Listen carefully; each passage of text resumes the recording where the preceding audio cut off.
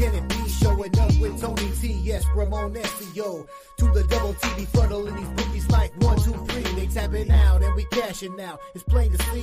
The bonus team is the A-team, Mr. T. And I pity the fools who can't hang. Coming with real game is sort of a freight train. It's been reported bank rolls are easy to maintain. So get situated and listen to the picks. And it goes a little something like this.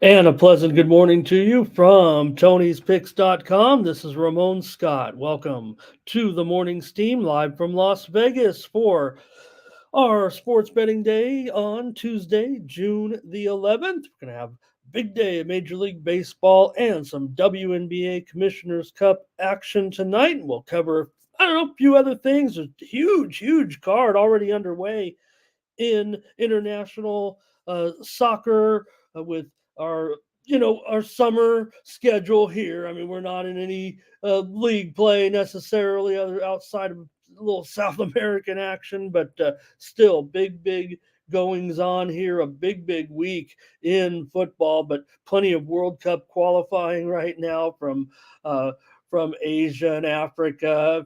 If you're into that sort of thing, and I am. And I'm also into some tennis. We're on the grass, if you know what I mean, this week. Starting our grass swing, heading over to Wimbledon here soon, and trying to pick some winners there. But of course, we're going to focus on our major sports here with our baseball card interleague play today. Hi, everybody. Thanks for waiting for me and getting ready here. I was watching a little tennis. I think what were your featured games last night and today? Of course, so last night, great game in the NHL. Yeah, a little lopsided on the scoreboard, but I don't think it was any short of drama whatsoever. Once they got the third goal, maybe, but the way that Edmonton got that lead, I thought they looked okay. I thought they looked fine given the scenario. I think they might be just fine heading back home. I'm not expecting this. Maybe as deep as Florida looks right now and as tough as they look shutting Edmonton down again in game 2. Maybe it could be different. Not much is being played of the fact. Yeah, it's been said as one of the most popular talking points of the series, the distance between the two cities. But I don't think we're quite yet seeing the effect of that. Let's see if Edmonton gets that one win in game 3 or both wins, and then the teams travel back and forth the 2,200 miles for those last 3 games. Same in the NBA. If it goes that way, I mean, granted, they're taking the days off a little bit. They both have days off, but NBA a little bit longer stretch, it seems, but still the travel on them here. So maybe that will even things up. Maybe it won't. But nonetheless, Florida looks great. They look strong, a well-deserved favorite in the series at this point. But let's give the Oilers a chance. I think Skinner's getting a bad rap. I think he's done a really good job. When you get this far here, that slapper, man, that thing was flying, no doubt about it. So that felt like the key goal, but man, that was, what did they call it on the air? A shot maker's shot. So not many goalies, even world class, we're gonna top that or stop that one. So how'd you guys do in the game last night? We held on for the under. Felt like that last power play, you're like, good, put them on the power play. They did get a few shots off. After all, they are Edmonton. That one and that breakaway as well was fun, but we did hold on with the under, and we're on our Florida future still. So has anything changed for you in the NBA series? We got another day to wait, so I don't know if we want to even talk about it, discuss it. Big story was all about Dan Hurley turning down the Lakers yesterday. We talked about Dan Hurley watch here. It didn't happen on our watch, and it wasn't ever going to happen. Let's be honest with ourselves. We were scammed. We were shammed. We were woged for some reason here. A little bit of lip service here. That way they can go get LeBron's coach. Have Hurley come out, explore the possibilities. He gets a chance to feel what it's like to look at another offer. Lakers obviously woefully short in the money department to lure Hurley away, where he could just get a little bump and a little bonus at Connecticut and roll there. And, who knows what'll happen down the line next year, after next year, if they win a three-peat. Why not? Again, that's just in a way, right? You look at the way all these college teams and these pros turn out, and Connecticut's got some great players that are definitely pro talent, but it does seem like maybe in the future the way to win in college basketball will be to build a college basketball team and not AAU or upcoming young pro team. Take guys that fit in. They're stars. Don't get me wrong. Connecticut's got massive stars, but it's a system, and whether or not we're working the NBA doesn't matter. Just a bunch of lip service, really. And why'd I get all excited and hepped up about it like a lot of people? And it looks like now, if Redick is not the coach, the Lakers have another man in their sights as well. But it could be both Redick and James Borrego coming to Los Angeles to form a team there. That'd be a pretty good team. James Borrego certainly, man, talk about sitting on the bench and earning your time. Borrego would be a great name if Redick didn't qualify with the Lakers here. But if that's LeBron's man, that's going to be the coach, and maybe Borrego comes along as well. But I don't know, Borrego might want to wait his time. He could still end up being the head coach of the Lakers one day. I know that James Borrego would certainly covet that job as a lifetime goal, following his career like I have from coaching days in Southern California. Let me get over to and just say hello, I guess, to a few folks. I was a little late, got update from the Facebook crew. They wanted to be sent a personal link. Let me see if be here. Some people they just don't know how to. Dave's here. I just send my boy Dave a personal link because doesn't know how to work the internet on us. I love you, Dave. All right, let's move on to the comments from the crew. That's why I'm blaming Dave for the reason why I was late. But I'm gonna have a great day with you guys here. Let's go to the comments. You guys are, I don't know what you guys could be commenting on. Do I have a hair at a play? What's going on here? I can't wait to see what you guys are talking about. Maybe it is hockey. Maybe it is basketball. A great baseball card. We're going to talk about it. And WNBA last night. We had the winner here on the show with the total over with Indiana and Connecticut. Maybe it did play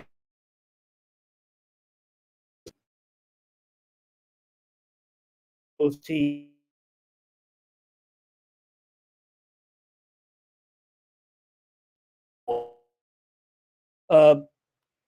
You can't send a player to France because, well, with all due respect, the great people of France, and but they're pickpockets there, and that's probably not going to work for for Caitlin Clark. Did you see my favorite player this season, Dejanay Carrington, at the end of the first half, basically sent Caitlin Clark to the bench for the rest of the game. She was out there in the third quarter, but picked her pocket, got the layup, did the halftime interview, beat the clock.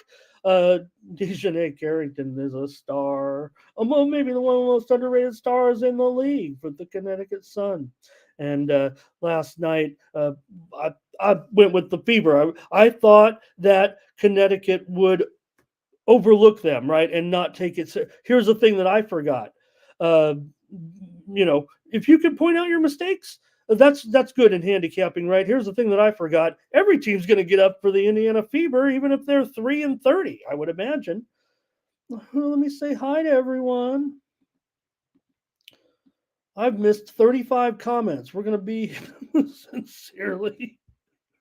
sincerely stop. We've sincerely's been here before. This isn't just some, I don't know if maybe he's talking about somebody else, but hi Ron, hi Blake and Thurman, like and smash the 41,500 subscriber juggernaut Tony's Picks YouTube channel. Good morning to everyone. This is how I like doing it.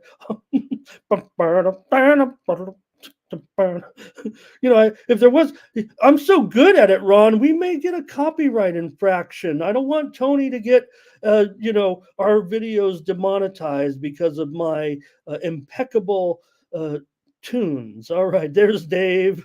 I don't mean to call you out, Dave. I thought it was funny. We are on YouTube. We're getting thank you to everybody. So we rolled on Sunday over 600 views for the show. I know you just come in and, scroll around, maybe find the game you want. And that's why I've considered even maybe we should put the pick underneath each time. But sometimes I pivot. I don't know. Jeff had a great day. I'm glad you did, Jeff. I felt like I was ended up on the wrong end of a few late totals, but that's what happens in Underland from going like they did, right? Actually, it was a strong day. Maybe the premiums, I admit, I didn't have enough unders like I usually do, right? Yesterday was a total under in Major League Baseball compared to Sunday when it was 13-2 to the over, or 12-3, depends how you got it. PZ, hello as well. Jeff here. All right. Great to see everybody here today. Who else? Robert Martin here. Ready to go, right? Wait a minute. UConn 10-1. I guess it could be a little bit, still a mix, right? You just don't know. That doesn't seem quite right. I mean, that just seems terrific. 10-1. I'd probably sight unseen, or not even fully researched. We'll look into it, but okay, that's great too. And hey, what can you say about when you think about Connecticut basketball? Of course, it always starts with Gino and the women, right? I mean, if any thing has set this country up for where we're at right now with great coaches throughout this country that have done incredible jobs throughout the years, as women's college basketball has been the main thing in this country for years, but now because of the way that the culture has been of women's basketball, I know we're dealing with some things right now, but hey, I gotta tell you, we're watching the NBA finals. You got ticky-tack fouls, you got no call, right? I don't know, you guys. This might be controversial. The women's game, it might be a little bit more aesthetically pleasing, if you know what I mean. All right, Seattle comes back. Here, let's see what else. I'm breaking up. Yeah, I did see it. I'm back though. I think that's how far behind I am from you guys. But I'm plugged in, so I'm not panicking about our. I feel like we're back under control with the woes that I had there for a couple of weeks. I'm hardwired up, so that might have been just a temporary. I had to go. I had to do a little construction. Hey, Tony said we can't have that. I said, okay, I'll take, but you had to run the wire and all that. I'm lazy. I'm not lazy. I just want to sit there watching sports all the time. You guys are okay. Great comments in here. There's not even really a conversation. Hello to Steven today. He could break it down for us on the ice. And yeah, right, Ron. That's what I'm saying. That should be our theme. That should be our theme song, or it should be yours. Maybe when I watch the Ron Hahn videos, and you come on there, stoic. By the way, I just think Ron's videos are terrific, actually. All right. Okay, and Fernando, I think Fernando came in. I wanted to say, because someone sent a message in a personal chat to me, or where would I see it? But someone was saying, who had that great parlay yesterday in soccer? And I think Fernando hooked us up yesterday. Was it, Fernando? And someone said, I wanted to thank them. So I'm just passing it along. Hope it was you. It probably was. I'm caught up. I'm caught up. You guys are caught up. I'll go over to Tony'sPicks.com. Wouldn't be the first time. But you know what? I made you late 10 times over because I think, as everyone can tell here, I'm late for everything. I'm one of those guys, right? Uh, some people would try to deny if they're one of those late people. I am. I'm. It's not fashionably late. I'm just, I just feel like I feel like I'm more busy. Like I feel like I'm the most important person in the world when I'm really you know, the loser of the bunch. I don't know how else to put it. But if you're waiting for me, who's the real loser? All right. Let's go over to Tony'sPicks.com and see who did well yesterday. And it was Ron. Let's salute the man here today. Ron Hahn, he's with us. He went 7-1. He was coming here if he went 1-7, you guys. Don't think it's like Ron's like taking a victory lap like I do on a good day. But he went 7-1 for just a great day. Mark Butterscotch Eubanks. Look at this crew right here, 6-2. Look at this crew. CJ Sturgeon. Haven't met or talked to CJ. Doing a great job with his videos. Tony T. 3-1 yesterday. I said it on my video, man. This man here really just cranking out day after day of winners. You wouldn't be crazy to tail Tony right now and get with his picks. If you look at, I'll show you in a minute. He had premium pick winners again yesterday. I think I have them, wrote them down here. Colorado. Let's see. Milwaukee Brewers. Tony had yesterday. The Giants winning in extra innings yesterday, and the Orioles. Great job, Tom. Solo here, 3-1. Ruben Marlboro, 4-2. Tim Irwin won his only play. Mindy Hahn, Ron Crawford, 2-1. There's Perlow. Steve Duncan, 4-3. Nick Lagaretto's 4-3. Jerry Lewis, 2-1. Bo Dunn, 4-3. Check out his video contributions today over on the website. And the Tony's Picks VIP account, 3 wins, 2 losses. I had premium pick winners yesterday. Other than that hockey, I had a couple in Major League Baseball, including the Baltimore Orioles yesterday, premium pick winner. And let's see here. Okay, over the last 7 days, there's Ron on top, 64% right there, nearly 11 units of profit, followed by Pearl of Wisdom in the chat, Stephen Duncan, also real strong percentage right there of late. Looks like about 56.5, 7.25 units over the last 7 days. And Solo right there as well. I don't know if Solo's here today, but that was such a pleasure when I found out, realized that Solo was the new capper on our site a few weeks ago, Jonathan Malone. And his videos are pretty terrific, too. 2 old ladies that bet consensus up there, Ruben Marlboro as well. There's Ron. He is crushing it. Over the last 30 days, up 22.5 units here on the site. Great job, Ron. CJ Sturgeon there, 9.5 units. Tony T right there. Look at that, would you? 56.5%. 8.5 units of profit last 30 days. Brandon Check back with us. 6 1/3 units of profit since rejoining us here on the site. And a day oneer, Daniel Wolosichuk. Never met the man. He's up nearly 6 units of profit here at Tony'sPicks.com, but I'm happy to promote him here for making his picks every day on the site.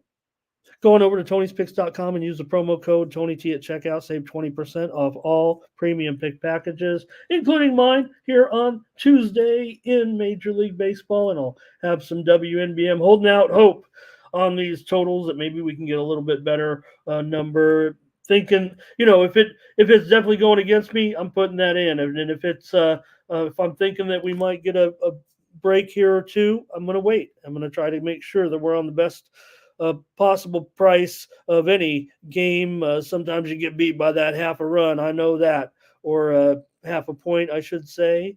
But check us out over at Tony'sPicks.com. You see Ron Crawford there, our great man as well. And there's Perlo. We could take a look at Steve. He's here. He's been crushing of late. Check him out over at Tony'sPicks.com. You see his packages there, and mine are up there as well. All right. Appreciate that, you guys. I'll have a day package for the action here on Tuesday in our nighttime baseball card. Here, you gotta scroll down. Oh no, bad news here. If I'm on the bottom, I'm the coldest. You guys, heat me up here on the show. Let's get some winners today. Thought we had pretty good winners on the show. Hopefully that's why you're here. Oh, I saw the comment here. Let me get on rolling here. We're maybe talking a little bit of college baseball here.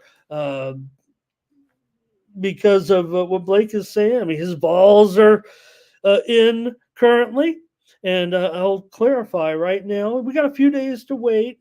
What a weekend! What a week this is. If you really like those niche sports, as Tony always calls them, right? It's gonna be a fun week. Now, granted, we don't cover all these here at Tony'sPicks.com, so we're not gonna go too in depth and take a lot of time on it. We're here to cover Major League Baseball, WNBA, MMA, NBA, NHL, the major sports that you can get the most in your large bets on. But college baseball, I've already on two futures heading into last night. Unfortunately, the North Carolina Tar Heels and the Virginia Cavaliers, my two futures that are still alive, they play each other in the first game. So one of them is going to have a loss immediately.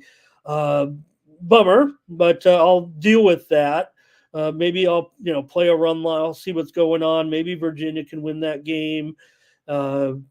We'll see. I'm going to have to take that one again. I'm on both those. I'm on Virginia at 33 to 1, and I'm on North Carolina. Let me see what it was here.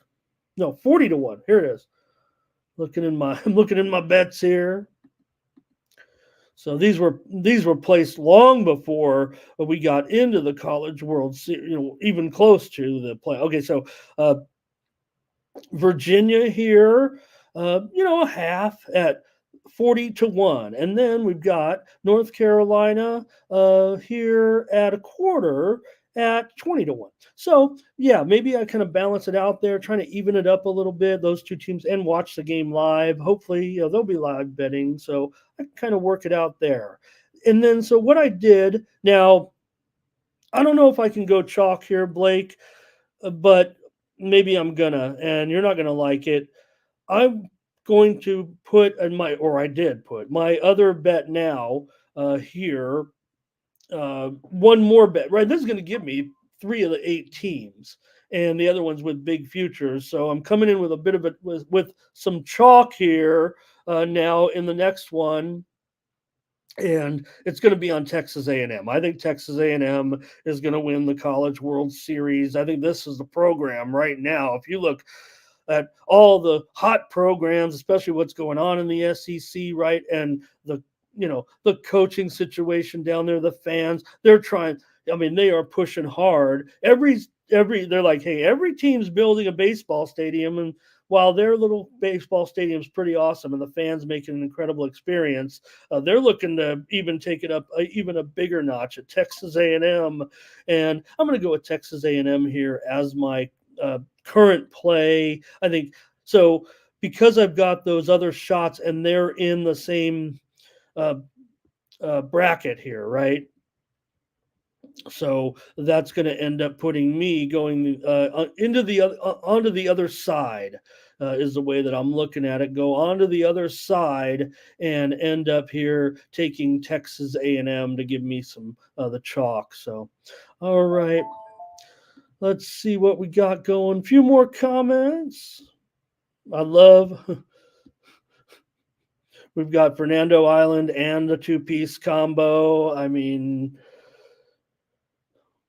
we're living in the VIP.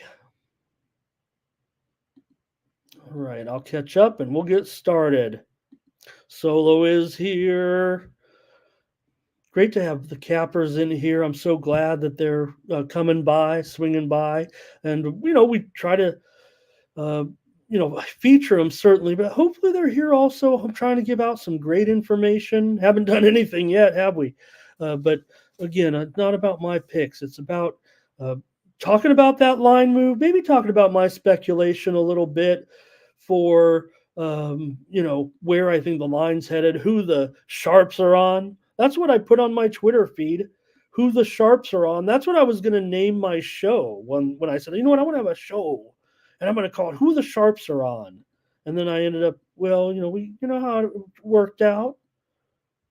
Now we're here. Chad's got his WNBA ready to roll right here. I don't want to give it away anymore. I mean, I know Chad, I don't want to make him wait. He's such a great contributor. And thanks, Rob. Appreciate you stopping by.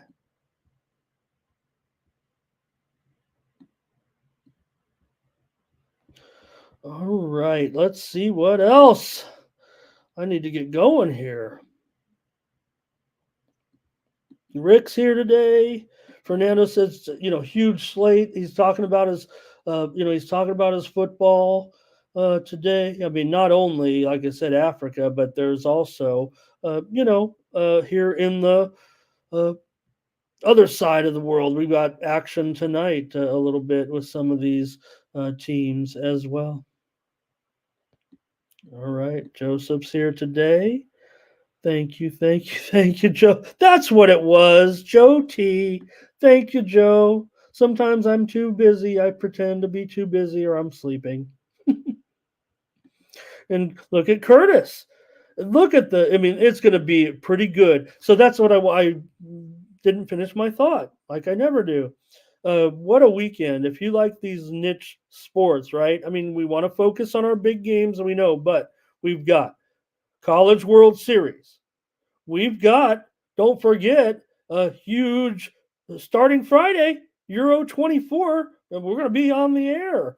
Euro 24 here this week. Oh, and I'll give my pick. Can I give my pick right now for maybe Euro 24? A couple of picks right now?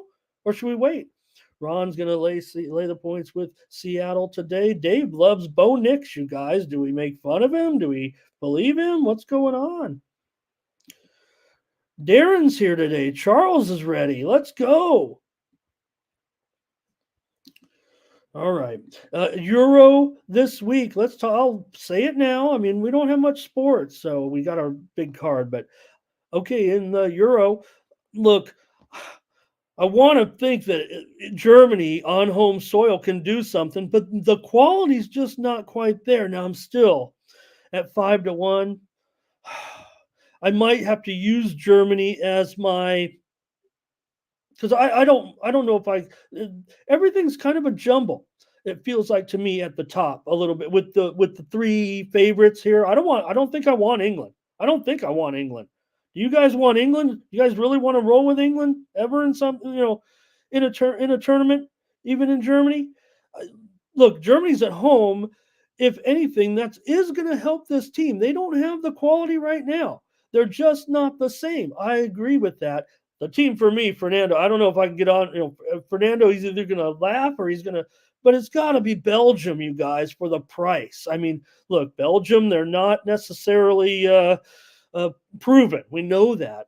But if we're talking a team that, I don't know, are they top 5 right now? Somewhere right there. And if anything, if it's not going to be Germany and you want to regionalize it a little bit, because there's no doubt that some of the, sometimes, you get closer to home, you can get there. So I just think right now at 15-1 minimum, maybe 20-1, Belgium has to be a long, long look, because I think you can also work with that type of bet a little bit, providing they get to where the odds don't necessarily put them in the grouping of those top teams. But I think that most people's rankings and the rankings, the FIFA rankings do certainly. Now, you could laugh at the FIFA rankings to a certain extent, maybe you think Argentina still. I mean, you got the greatest player in the world. So, all right, let's get rolling with baseball. But also another was the U.S. Open. What are you guys going to do? U.S. Open this week? We haven't even talked. So you got College World Series, you've got Euro 24, you've got U.S. Open this week as well. How are we going to approach the U.S. Open? Look, this course. This is tough. This is going to be about as it's going to be a U.S. Open. So to me, like, look, I paid the price. I've been fading Scotty. I'm not fading Scotty necessarily, right? You just in the weekly tournaments. Look, like I said, he won it on Wednesday, he won it on Friday, whatever it was, and well, he did have to actually work for it a little bit, but he was Scotty. Scotty's made more money in the last 3.5 months than Shane Lowry has in his entire career. Shane Lowry is like one of the best golfers. He's certainly a top 20 player right now in the world, if not borderline, top 10 or so, right? Scotty's made as much money in the last 3.5 months as Shane Lowry has made in his entire career. Even at 3-1, this is where I want Scotty on an extremely tough course where people are going to be shooting over par every game, and if anything, maybe it's not even as good of a value as those weekly tournaments where on a easy course he could easily shoot the lights out, but there's more of a crapshoot.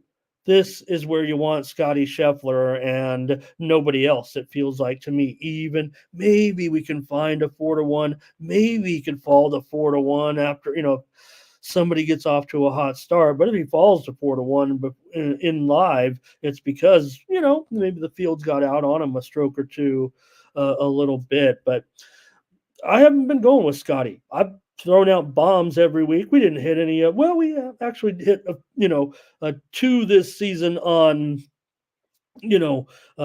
playing all several, but Scott, this week it's Scotty. It's got to be. This is going to be an extremely tough course where just a couple of players might finish under. If the course doesn't play as the experts have described, I don't see how they get it wrong. These people, right? They knew last year that the course was kind of easy a little bit, and they already have Wyndham Clark complaining about the course this year, so he won't win again. All right, let's get rolling with the show. But yeah, Morikawa, you think about some of the players that also been looking good here over the last couple of weeks. Could take a long look at some of those guys, and maybe we'll throw in a few more as well. But and try to find a way to play it. But this week I'm going with Scotty, and you can't just go on a show and just say, "Wow, okay, so easy," right? I'm throwing out my golf picks here if I can. Sometimes we do it a Thursday morning. The tournament's already underway. It doesn't matter. It's just a weekly tournament, playing some futures. But this is the U.S. Open, and I'm going to take the hottest player in the world and hopefully can get a little bit better than 3-1. But figure like if the course is tough.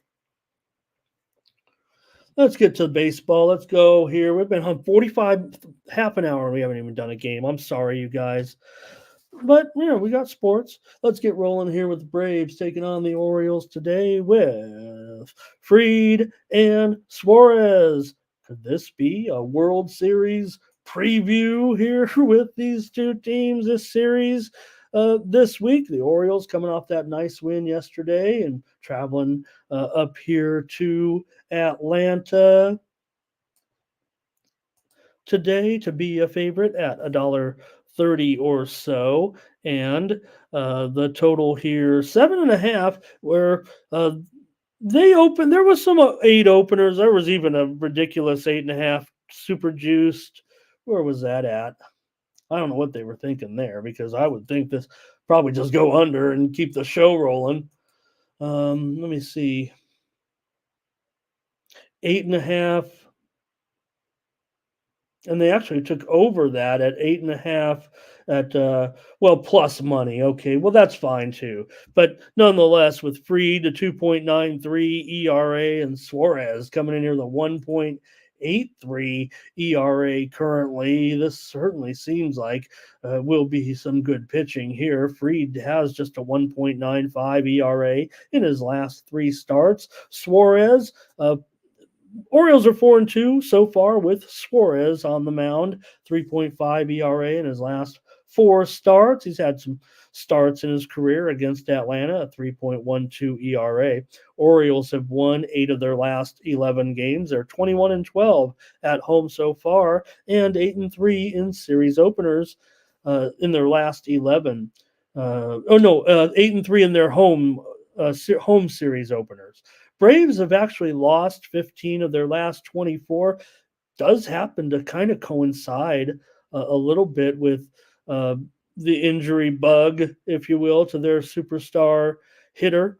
There was a few games before that, but it's certainly been several weeks now that he's been out, and the Braves have kind of been struggling here. But I think there's support for the Braves here still as a favorite. I don't know if I'd want to do it right now and get in the way of these Orioles here, even if you are the Braves. But going to be a great series. I mean, look, Braves are favored in this. You got Max Fried, of course, but nothing wrong here. It feels like with Suarez with some of these numbers. So let me get your opinions here on a great series here. Ron's on the run line with Baltimore. That sounds pretty good, actually. I know the price is a little high, and probably not something. I don't know if Ron would, if that qualify. $1.50 though, that's pretty reasonable. That's kind of on a play like this.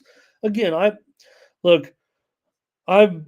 maybe I'm squarer than I lean on to be. I mean, I play a lot of run lines at home, taking 1.5, even laying it. I even laying some chalk. I know that goes against some wisdom of some popular people around here, but this is a big, feels like a fun series. I won't say a big series. Baltimore Orioles run line here. Charles going to be with me.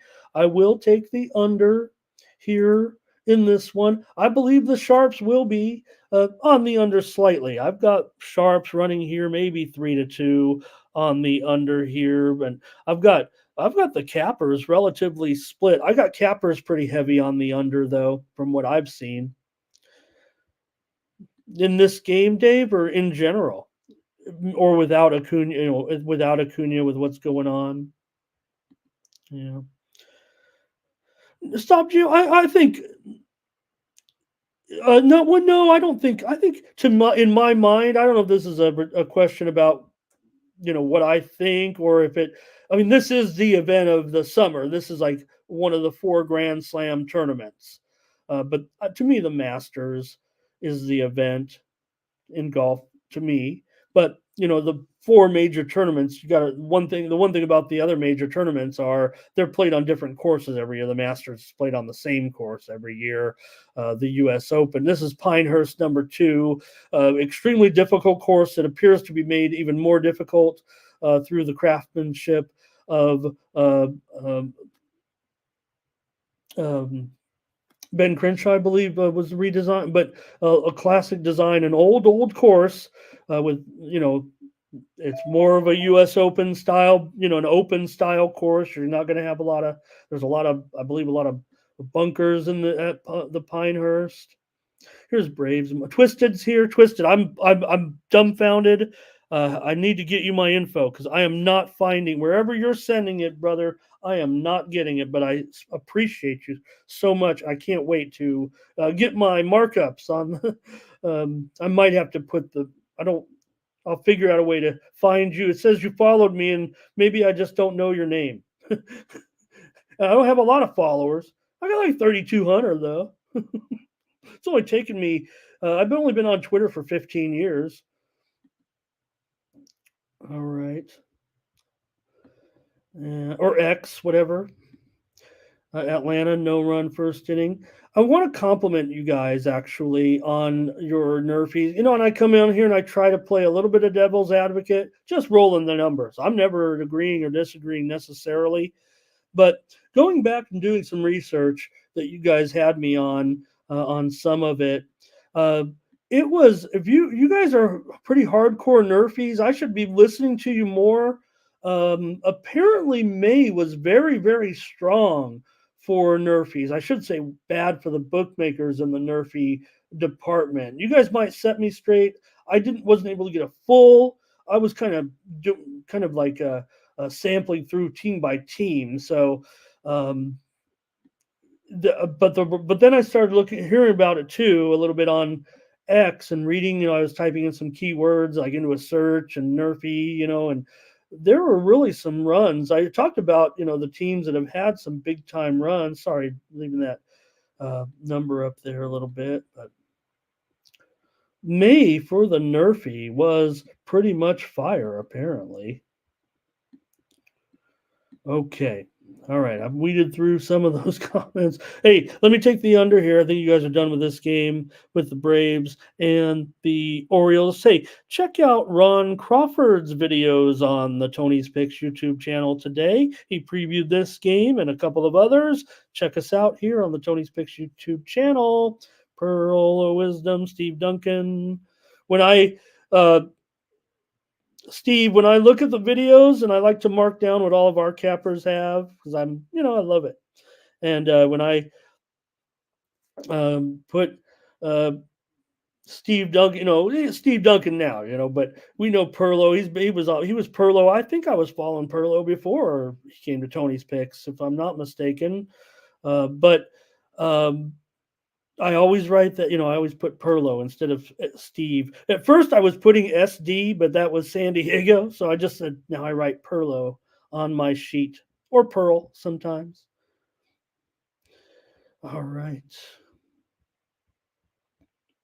And a few more comments here from Ron.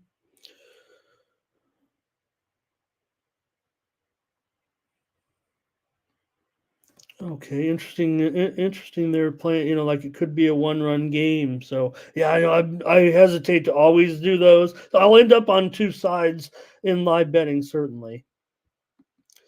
Okay, let's move on here with the Nationals and the Tigers with Parker here going up against Maeda. And Parker looks like a pretty interesting pitcher here in this game against the Tigers. I think we're going to see some support here for the Nationals here today in a game that they are going to be a slight underdog in. It does feel like, no doubt. However, for Parker, he's been a decent 4 ERA in his last 4 starts. Washington's 2-5 with Parker, but the left-hander does have some interesting traits that are garnering the attention of handicappers here coming in. Maybe it's more of a fate of Kenta Maeda and his 6.25 ERA. It's 4.5 ERA in his last 3 starts, and he did toss 6 shutout innings in his only career start against the Nationals. Detroit's lost 3 of 4. Washington has won 3 straight all of a sudden.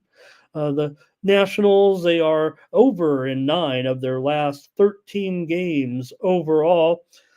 Let's get your comments here on this one. I'm showing it's going to be Cappers pretty much it feels like on the Nationals checkout videos I've seen today from Bo, from Ben. I won't give it away, but please check them out on the channel and see what they had to say in this game.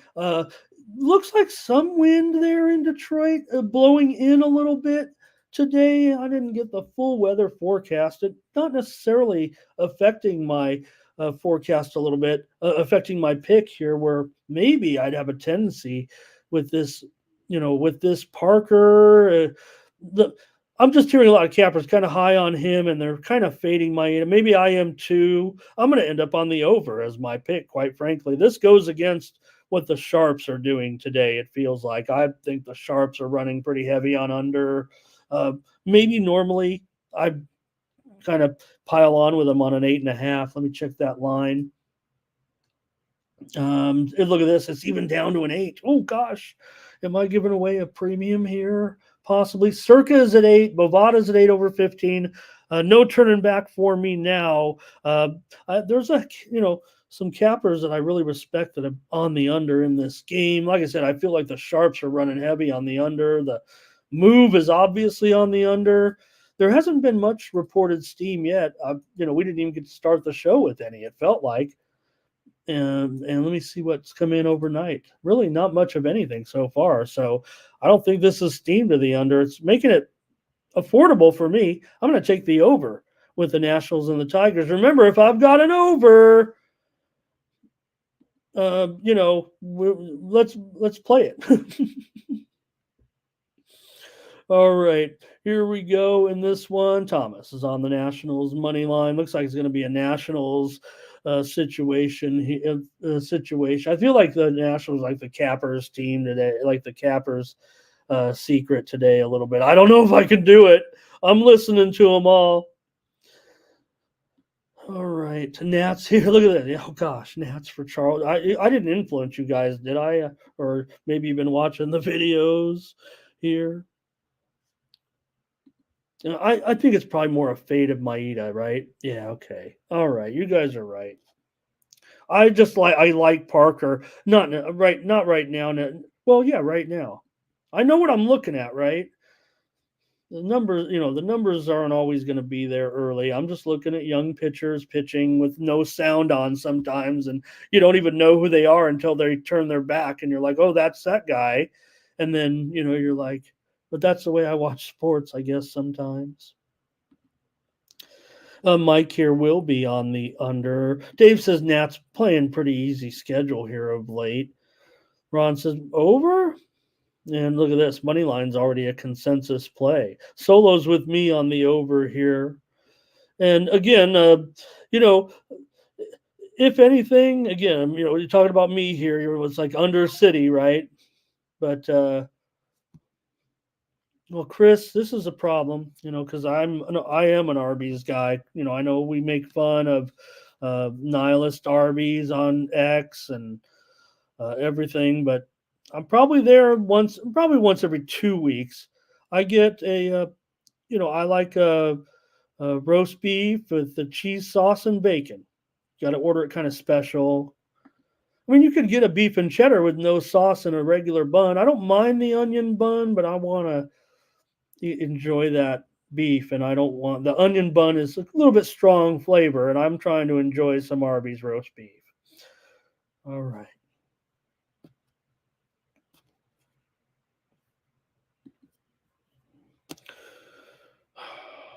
Okay, Twisted. I'm going to write. I think this means. Okay. This is where I'm supposed to find the stuff that we're talked about. Help me out here. You bet. I think I do. I had Sonic last night though, but I love grape slushies. Okay, here's over grape. You know what they're called at that place. Here's over for Fernando.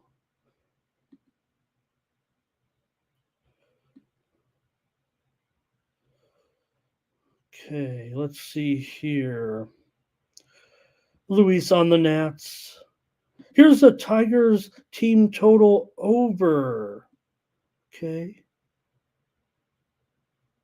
Oh, Ron didn't make a video. No, Ron, I'm sorry, but I'm saying Ron Crawford. Maybe I said Ron, but maybe I said Ron Hahn by mistake. But Ron Crawford making videos. Actually, Ron makes his on the other network. So.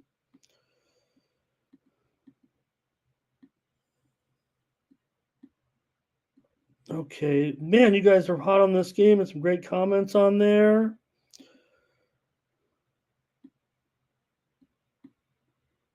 Okay, slushy. Yeah, but it's called something else.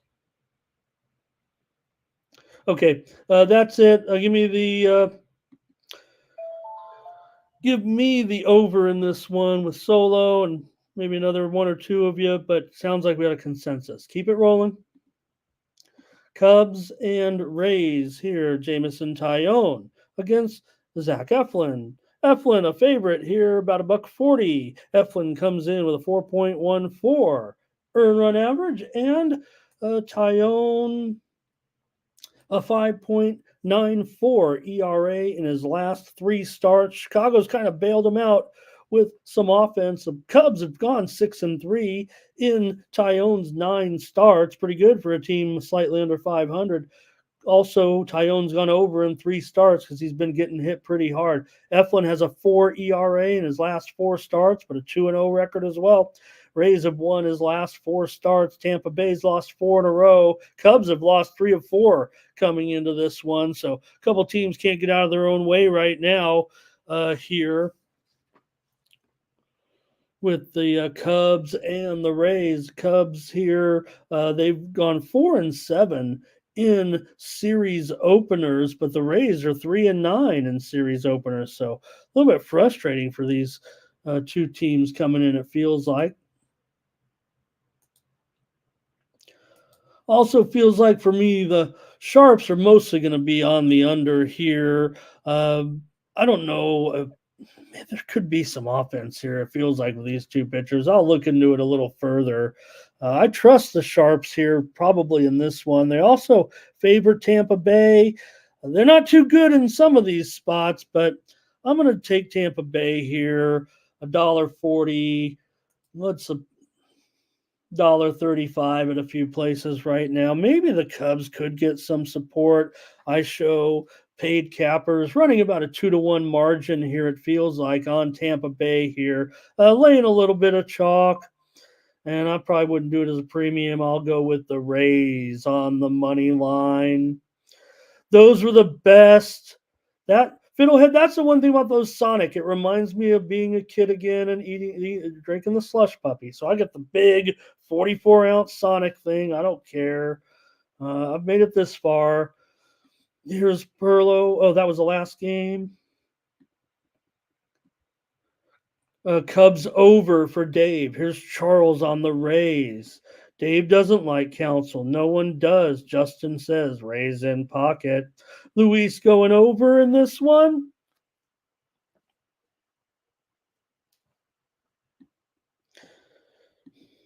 Oh, that was that other game. Here's doubles. And look, everybody says over, and doubles is, in Chicago. That's his team. Make a point of that. Doesn't mean he's homering them. I mean, doubles, he's about as real as it gets when it comes to the Cubs.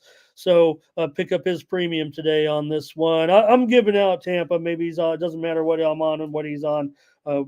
Doubles great capper. And check him out. Thank you, doubles out. In fact, it took way too long at Sonic. That was another problem. I got the Coney, though. That was delicious. It was fine. It was fine, actually. All right. Give me the Rays today. I'll lay it a little bit. Marlins and Mets here.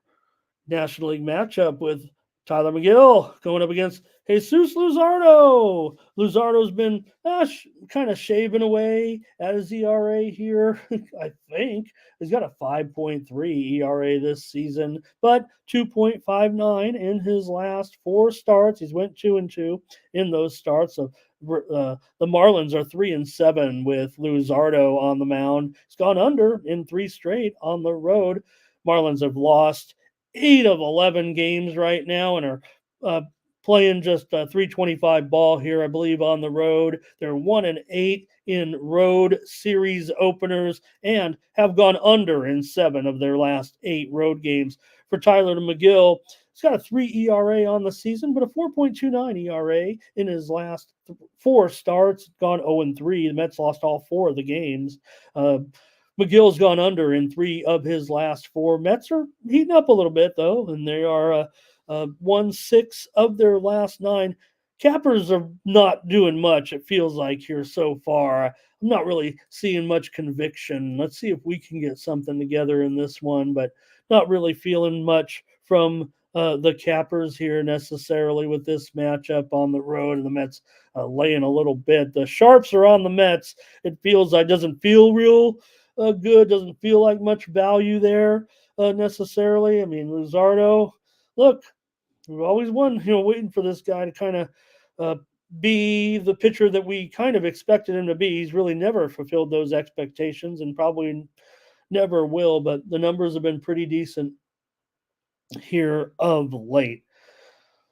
I'm going to go with the under myself in this one with Luzardo and McGill. Mets have been going over here a little bit of late, to be clear. And Fuddruckers. Wow, that was that. Now that was a good bun. Thomas on the money line here.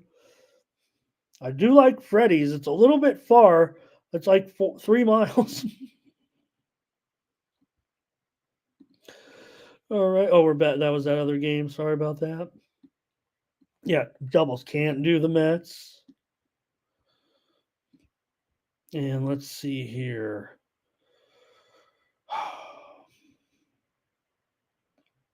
Dave, Mets not impressive. Marlins ain't doing it. Here's a Nerfy from Darren. So I'm wondering, Darren, you've been so good to us with your Nerfies, and I write as many as I can down. I don't get to them all, I'm afraid. That's why I just try to touch on them with you.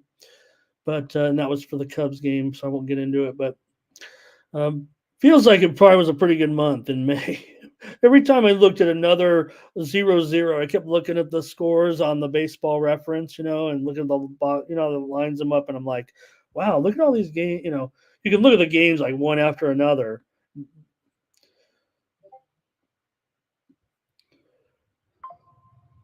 Okay, I think that's it for you guys on this one. Terrell, he's throwing out the Wiener Schnitzel. Look, I don't mind some Wiener Schnitzel corn dogs, but they're just not like when I was, 8 years old. Okay. Maybe Nerfy here, though. Darren does have the Nerfy.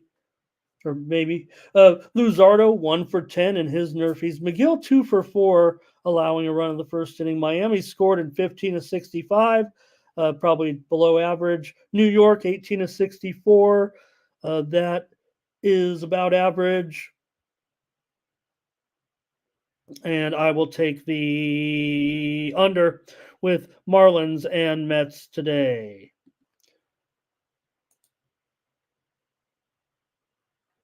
Okay, next up, Guardians and Reds here with Tristan McKenzie on the mound going up against Suter here for the Reds. And I'll tell you what, the Reds are going to get a lot of attention here, it feels like, from handicappers today. Although check out Bo's video. He might have something to say about that. Check him out. He was with Tony last night here on the Tony's Picks YouTube channel. McKenzie comes in 4.16 ERA so far this season. And Suter comes in with ERA, but for the Reds, who are hot. They've won 12 of their last 16 games. Great to see this series, right? You got the Guardians and the Reds, the Battle of Ohio, and both teams come in scorching, to say the least. The Guardians have won 18 of 24. That's not super, super hot, but considering what they've done this season. And the Reds patching up a little bit of damage there when they were losing here, and now all of a sudden the Reds, you talk about what teams are live in the National League, right? I don't know if the Reds are one of them, but someone has to emerge from these bottom team. You look at the top heavy, right? The interleague play has been dominated by the American League. So you have all these National League teams, and not only that, the top heavy National League teams are beating up the rest of the National League. So you have this top heavy situation where the National League's practically completely under 500 after the first 4 or 5 teams. So when you get to the playoffs, now, granted, I think, this is Major League Baseball. It's going to shake out a little bit and spread out. But which team is it going to be? Can it be like a team like the Pirates with that young pitching? When you throw out, you could go out there. Think about the Pirates. You could go out there with Keller, Skeens, and Jones. The hitting leaves plenty to be desired. But in the postseason, you're worried about the pitching. And the Reds, they're not quite getting all that pitching, but I think their hitting has been underrated. They've been ranked near the bottom, but I believe that we will see them progress a little bit. They're going to need to progress a lot more. Anyways, let's talk about it here with these two teams. The Reds, they've just a 500 team at home, really, but they are 7-4 in their series openers at home. They have gone under in 8 of their last 9 at home. The Guardians have gone under in 5 of their last 7 games. And McKenzie, who has a 5 ERA in his last 4 starts, despite Cleveland winning 8 of his last 9 starts, he's gone under in 4 of his last 6 games. So great series here, Cleveland and the Reds. This one's going to be worth watching on a baseball night for sure. Guardians money line for Thomas. Here's Lewis on the over. Reds is a home dog. Double says. In fact, did I have the wrong line up there? Oh no, Guardians 125. Yeah, I guess that's probably still the line at the squarish shop. So interesting price. It does feel like here. I've got cappers running 4-1 on the Reds. So I think doubles showing you maybe what the cappers are thinking here. But Dave says give me the over in this one with these two, maybe with these two pitchers certainly, because I don't know. You look at the way the Pens are. I mean, we know Cleveland almost far and away the best bullpen in the majors. And look who number 2, number 3, number 4, right? You talk about the importance of pitching today. We're getting deeper and deeper into this season. And when you look at bullpen, I want to get it right because this is important. Give me 1 second and call up the bullpen. I was going to go off the top of my head, but okay. Number 1, Cleveland. Number 2, Dodgers. Number 3, Yankees. Number 4, Orioles. Number 5, Brewers. Number 6, Braves. Do you see a pattern here? Now, number 7, Oakland. Hey, give Oakland credit, man. I mean, give Oakland credit because right after that is Philadelphia, Boston, but Minnesota, Cincinnati, St. Louis. So the bullpen is becoming, we already knew it, but just as important. When I write down, on my sheet, because I'm reading off, ERAs and everything. When on my note sheet, though, every day, and I like to print out the little thing, but the starter ERA, bullpen ERA. I mean, look, I'd like to write down every little nook and cranny, all those great stats, but just for a quick reference. Damn, I'm freezing up. Okay, darn it. I feel like I'm fine. Got almost 100 of you in here. Maybe with no playoffs today, we're a little short. Fernando on the Guardians. Perla wants an over, I believe, in this one. McKenzie's a 4 for 12. Not good. Cleveland, 17 for 64 in the first inning, about average. The Reds, they're 17 for 66. Yeah, maybe slightly below average. Charles on the Reds here. I'll take the Reds with you guys. I think there's not enough consensus here. I think I see some Guardians here. In fact, Darren says, give me Guardians and under. Rays on the Reds. And Charles under. Thomas says Reds parlay piece, and you got to wonder if the Blue Jays are going to blow things up. Fiddle on the under. Luis on the Reds, but I don't know if it's going to make enough. I feel like there's enough Guardians here. Look, Solo here. Yeah, it's surprising that the Padres aren't up there, right? But what I feel like the Padres have, unfortunately, right now, because of the way they've kind of dealt things, they have like some very good and some very bad. They're top heavy. So I think that, when they've given up runs, it's kind of some of those bad pitchers. Ron on Cleveland. All right. Give me Cincinnati here today in this one. The Sharps are going to be on Cincinnati for sure. Like I said, I already got cappers at least 4-1. I've got Sharps running at least 3-1 here. Sharps are split though, I think, on the total the way I see it. And again, this is who the Sharps are on. This is my speculation. So it doesn't matter what you or anybody else thinks. All right. Of course, it matters what you think. That's why I'm here on the morning steam. Want all of your comments and picks here from our team steam, all stars, Phillies and Red Sox with Wheeler and Crawford.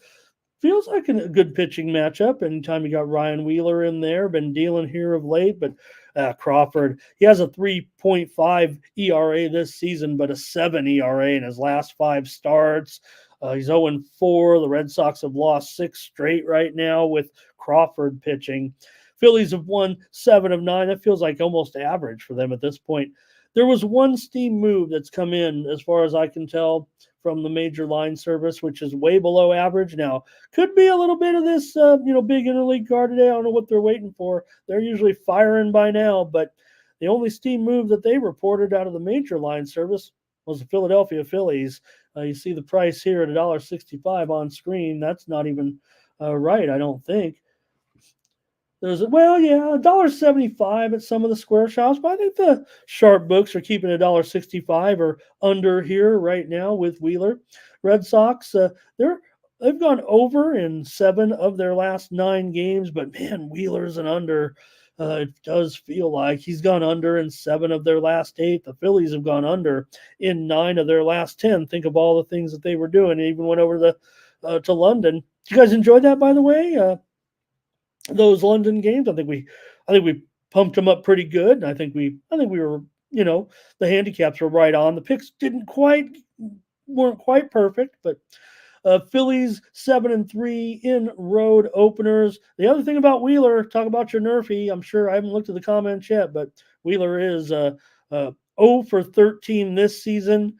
Going back, I didn't write this down. I'm sorry. I want to say Wheeler is. Well, I don't want to get it wrong. It's something like 4 and 42 runs in the first inning. Last 2+ seasons, 4 of his last 42 or something like that. Wheeler's unconscionable. Is that a word? Unconscious in the first inning. Crawford 2 for 13. But Wheeler, you talk about sometimes great starters who get off to slow starts. That ain't Wheeler. Doesn't feel like it. And I'll just take I'm going to take the Phillies at the price. I don't think I'm going to lay the run line, even on the road here against Boston. I mean, it's a play here on the show. I can be square. Wheeler, though, for his 2.23 ERA, it's 1.65 in his last 4 starts. He's gone 3-0 in those 4 starts. Anything here with Wheeler and Crawford, gang? Curtis says Red Sox, so lock of the day. Charles may be on the under here. Yeah, Ron. So, yeah, no doubt about it. Gave us a little bit of those. For Philly, 23 of 65. I mean, they're, I believe, second in the league, and Boston is third or fourth with 20 out of 66 scoring a run in the first inning. So, look, Boston about, 30%. And, for the Phillies, even higher here, about 36%. But again, Wheeler is the difference here. It's just Crawford in the first inning. Here's an under here. And what is double saying? Under, the price is too high. The rent is too damn high, a man once said. And if you don't know, type it into Google. All right. Here with the Phillies, I'll take the Phillies. I'll take that steam. I'll chase that steam. In fact, they steamed it at $1.60. No, they steamed it at $1.70 and hasn't even gone up. I like when the line service, usually on the line service, it's if they hit $1.70, it's going to $200. Got to give the Red Sox a little bit of respect and credit, but Crawford is struggling. All right. Phillies first five is the play. Like and subscribe. Thank you, Beavis. Like and subscribe to our channel, Tony's Picks YouTube channel, the 41,500 subscriber juggernaut. We move on.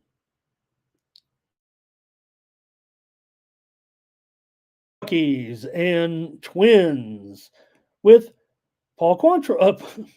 Why do I always do that? I'm so old. Cal Quantrill going up against Louis Varland. Here, the game. Cal Quantrill, like I said, I thought he'd be that guy. I think Quantrill, maybe expectations were certainly higher given his, but certainly right now feels like pitching about as 8.58 ERA, just a 2.2 ERA in his last 7 starts, and he's gone 5-1 in those 7 starts currently. For Varland, he's got a 10 ERA in his last 4 starts and went 0-4. Now here's the catch: he hasn't started since April 21st for Louis Varland. So he coming back here into the starting rotation. He's being recalled actually from uh,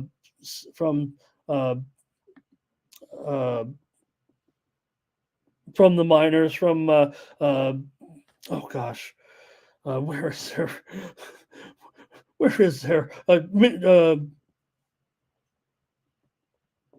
oh gosh, I'm drawing a blank. You guys help me out here. Drawing a blank. With the Saints, right? So there we go. So with the Saints, yeah, there we go. Thank you. So he comes back here. Look, his run wasn't great down there in AAA. The Twins might just be kind of in a need here. Give guys some extra rest. So, look, this is a nice spot here for Varland to get back here, try his hand again. He's going to be a part of this team's plans. It would feel like in the future. He made the opening day roster, but he got sent down immediately and really wasn't that good with St. Paul. So it could be a tough one here today, but can you get on the Rockies against this Minnesota team? Rockies have lost 8 of 10, but the Twins have lost 6 of 9 here all of a sudden. They've gone under in 13 of their last 18. The Rockies have gone under in 6 of their last 8. Quantrill's gone under in 4 of his last 5 starts. And Varland here, all I can say about him is that Minnesota lost all 4 of those games that he pitched in April. Let's take a look at what you've got to say in the game between the Rockies and the Twins. How about Fernando? He wants the Rockies first 5. He likes this pitching advantage with Cal Quantrill here. And what else here?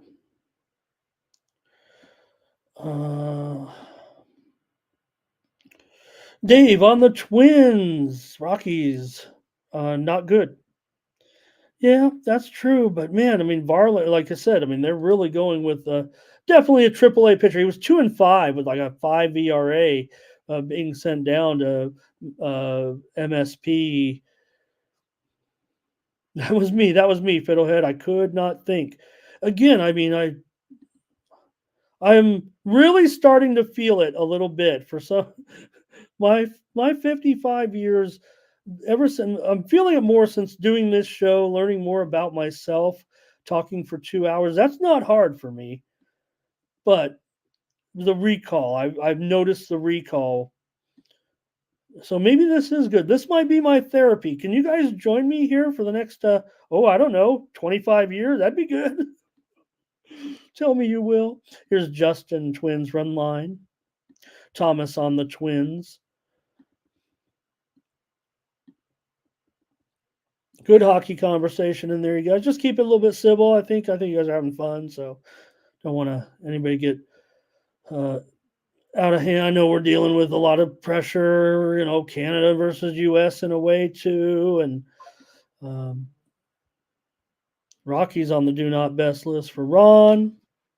Rocky, right. That's another Fernando playing in that division, right? You're not ever going to get the best situation. Does still feel like the division is pretty tough. I mean, uh, not really just yelling about my Padres a little bit. Okay, I guess that's it. I guess I better make the call here in this one. Look, I'm not hearing much from um, handicappers. It feels like who wants to bet on this game or who wants to give this kind of feels like coming in. But um, I don't know. I think the Rockies are finally in a decent spot here with Quantrill even against Minnesota. I don't know if I can do it. I'll just take the under here in this one with. I just don't know. I'm just unsatisfied with the side. Actually, I'm trying to find a way to Colorado, and maybe the run line is the way to go. After all, they're plus 1.5 at minus $1.25. I was hoping for a little bit better of a price. And let's move on. I'll take the under. Let me make sure that number is good because that's really what it has me on. It was borderline, really. I was choosing between. I don't think Colorado run line will make the premiums, while Colorado Minnesota under maybe would make. Probably should. Probably should be a premium actually. Barland was the question mark, but you got this weak Rockies offense coming in here. I think they can. They're get a few runs, but 8.5 that should say it all and put me on a premium. Let's just give a good one out. Hope it's a good one.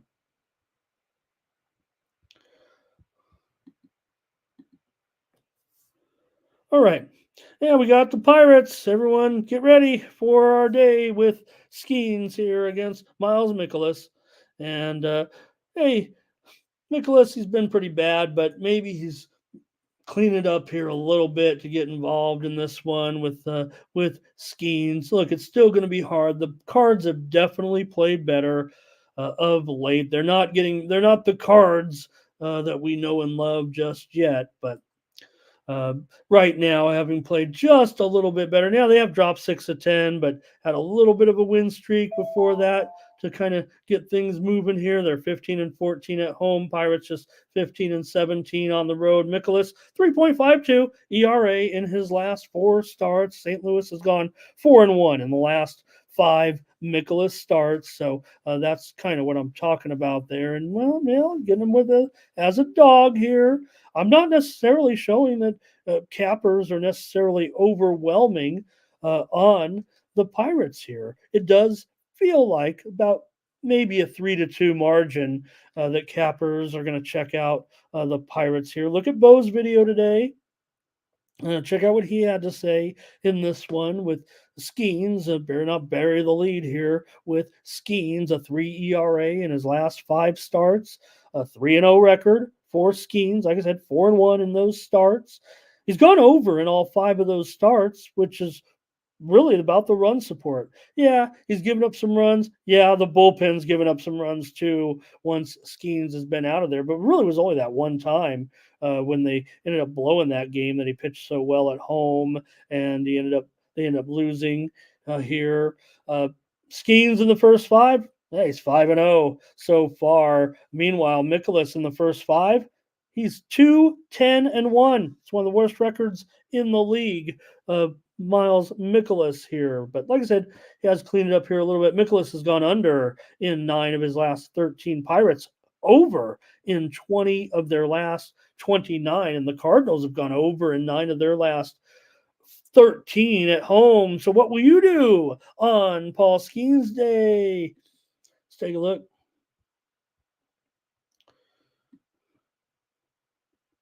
Pirates over here for Thomas. Doubles has a premium in this one. And of course, you know who Doubles is going to be on. I say that Doubles looks at his Cubs objectively.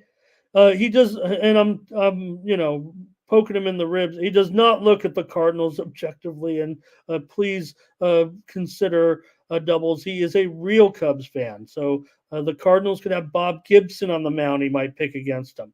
All right. And it's not a pick. It's not necessarily a pick. All he's saying is Cardinals stink. He's not even picking the buyer. He just we could just be having a baseball show, and that would be the comment. All right, here's Pittsburgh first five for Charles, because that's a true Cubs fan. And Dave says, let's take the Cardinals. He says they're my Cardinals here. I don't know what that means. I'm a Padres fan, Dave, like you. Cardinals money line in pocket. And doubles the prop here with Skeens. Can we get over 7? Oh, boy, I thought, is that Jew? I thought it was going to be 7.5. I didn't look at it yet. I do pick them a lot, huh? Maybe I'm just ingrained in Cardinals are the greatest thing ever culture, because we know they haven't been too great. They're not even 500 this year, so, and they're favored a lot too. But they're an underdog here.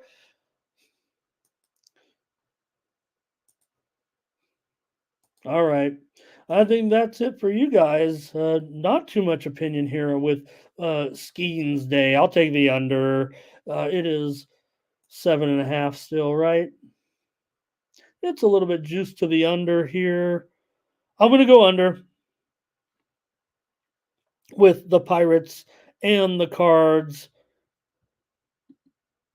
Next up, Yankees and Stroman, Royals and Singer. Wow, look at this one. 9 over. It's got to be 8.5, right? Wow. There were very few 8.5s. Bet Online opened at 8.5. This thing's 9 over. A juiced here right now with Stroman going up against Singer. I better check the weather on this one. I know I know no one likes Stroman, and I'm gonna, I come in here and I guess I'm that guy saying, "What do you guys? Why does Okay, so the guy's 5'4" out there. Whatever it is you guys don't like about Stroman, I can never figure it out, because this guy goes out there, does a great job every time, it feels like. Now, there will be some advantages here, I would think, for the Royals lineup in a few spots. I mean, Vinny P probably has a pretty solid matchup here. But I don't know about the rest of the guys. Hunter Renfroe, I think, is out. And, of course, what am I talking about? Get me off that game.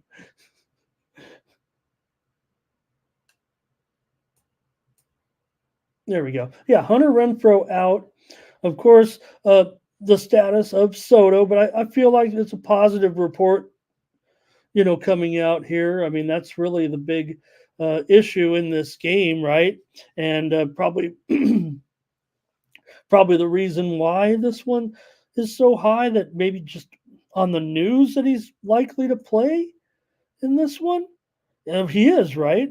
So Yankees favored here on the road with Stroman. That doesn't really make much sense either. Now, I know Singer probably doesn't match up career-wise with Stroman, and maybe right now, if you look at the numbers, Stroman has been clicking here of late, and maybe Singer is back to his career status as a journeyman major leaguer, despite pitching pretty well this season. But of late, he started to give some back, a 4.58 ERA in his last 4 starts, but a 2.63 ERA this season. Kansas City's 9-3 with Singer. The Yankees are 8-2 in the last 10 games with Stroman. Stroman has a 2.30 ERA in his last 5 starts and a 3-0 record in those 5 starts. Of course, the Yankees are crushing it. We know that. All the wins right now, 28 of their last 37, 25-11 on the road. But Kansas City, 4-12. We talked about how this was going to be a great series. Pardon me. Series, and I thought last night was a pretty good game. Yankees kind of dominated. Royals had their chance there. They picked up a run late. We lost a premium though with the Royals on the run line, but man, it feels like as a dog here again. You kind of want to come back on them, but the price right now, the run line for the Royals minus $1.30, doesn't feel awful. Royals have won 3 of their last 5. They've gone over in 13 of their last 20 games. Cappers, they're relatively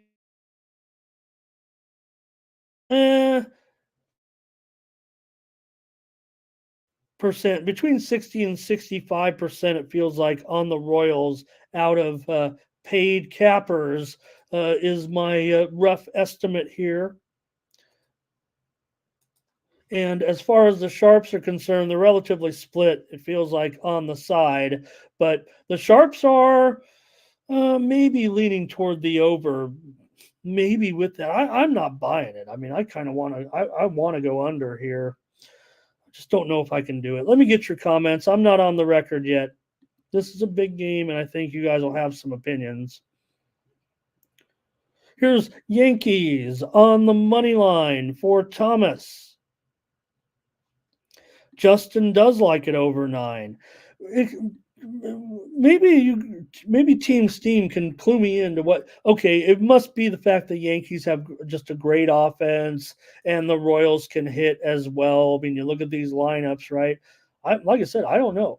The lineups definitely have an advantage, I would think, over these pitchers. So you got to me, a Yankees lineup certainly, against right-handers, top 2 or 3, right? Offense. Royals against righties also. I don't know. What do you think? Top 5, top 6 offenses. Where do you have them? So is that what we're ruling it here? It just feels like we got good pitchers. All right. Yankees. Don't overthink it. Yankees, first 5. Take advantage of the Yankees. This is value, Terrell says. Laying it on the road is the value, Terrell says. Despite the fact, I mean, they are the better team, no doubt. Impala, Yankees. Impala went 10-0 yesterday. Was that here in our chat? Fire.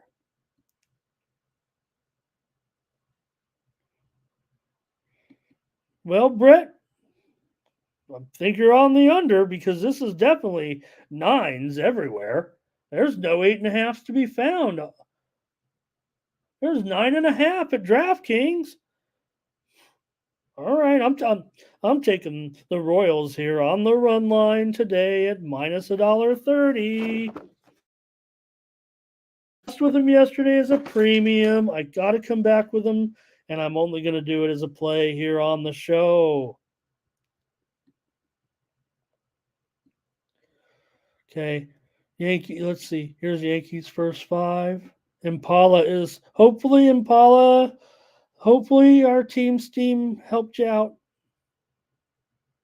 All right, that looks like it for you guys. And it looks like Justin, I think this is I believe this is an Aaron Judge home run prop. As I would 3-1,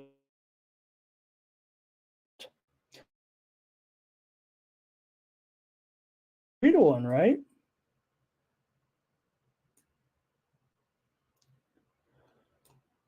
And today, boy, I think you can. Maybe that wasn't a comment. I thought, well, it depends where you shop, I guess. But yeah, Aaron Judge, probably the top home run. I mean, it's easy to say, but okay, I think you can get better than that, can't you? Looking at my home run guys today. All right, let's move on. I'm on the Royals on the run line. First 5 under, though, for Darren in this game with these 2 starters. Stroman, first 5, 6, 4, and 3. Singer, first 5, 5, 4, 3. That's his record. 5, 4, and 3. That's their record with Singer, 5, 4, and 3.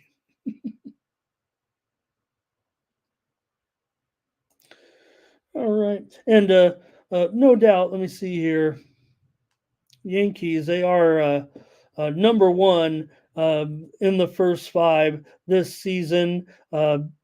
returning 17 3/4 units of profit this season are the Yankees. Oh, it was first 5 under. Oh, sorry, Darren. I was reading the wrong stat.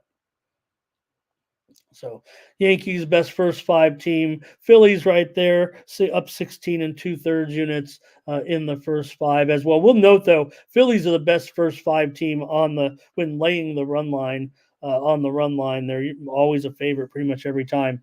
Run line this season, Phillies first 5, they're up 24 units. Next up,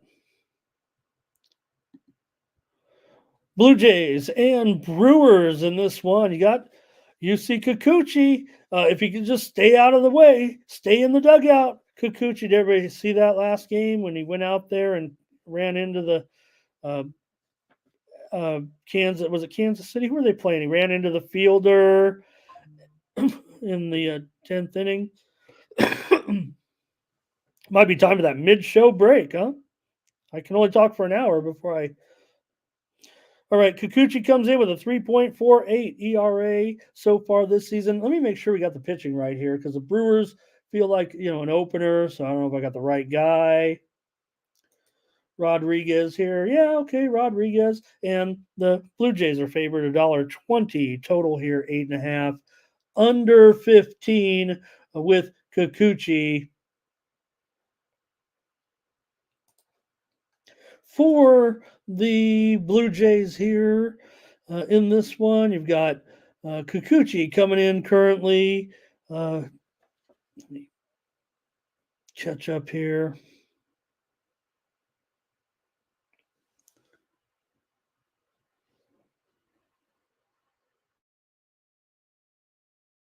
Kikuchi with an ERA of, what I say, 3.48, but four starts. He's been awful. Blue Jays just 1-7 with Kikuchi over those last 8 starts. He's gone over in 3 straight ball games. For the Brewers, this is Rodriguez making his major league debut. Now the Brewers have won 3 of his last 4 games. Rodriguez comes into this one. Let me see here. Get a little bit on him.